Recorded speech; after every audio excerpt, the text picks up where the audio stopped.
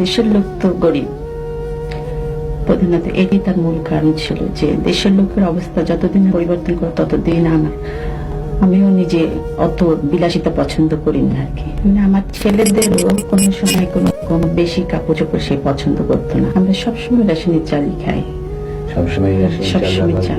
মাইনা যা পেতেন সত্যি কথা বলতেন না, মাইনা ছিল বোধহয় পে স্লিপ যা আসতো আর কি 2200 বোধহয়, উনি 10% আবার দিয়ে দিতেন। তো তার মধ্যে থেকে আমাকে সে 2000 টাকা দিত, ওর মধ্যেই আমার সংসার চালাতে হতো। মানে আমার ছেলেদেরও কোনো সময় কোনো রকম বেশি কাপড় চোপড় সে পছন্দ করতো না। মরহুম প্রেসিডেন্ট সাহেব তোমার আব্বার আমরা বঙ্গভবনের দর্জিকে জিজ্ঞেস করেছিলাম, বলেছে যে ওখান থেকে এসে অনেক কাপড় চোপড় ছোট করে তোমাদের জন্য বানাতো দর্জি। এরকম কিছু মনে আছে তোমাদের? আমার এই শার্টটাই আব্বুর ছিল, আমার এটাই অনেক বানিয়ে দিয়েছে। তোমার মনে আছে কোকো এরকম কোন?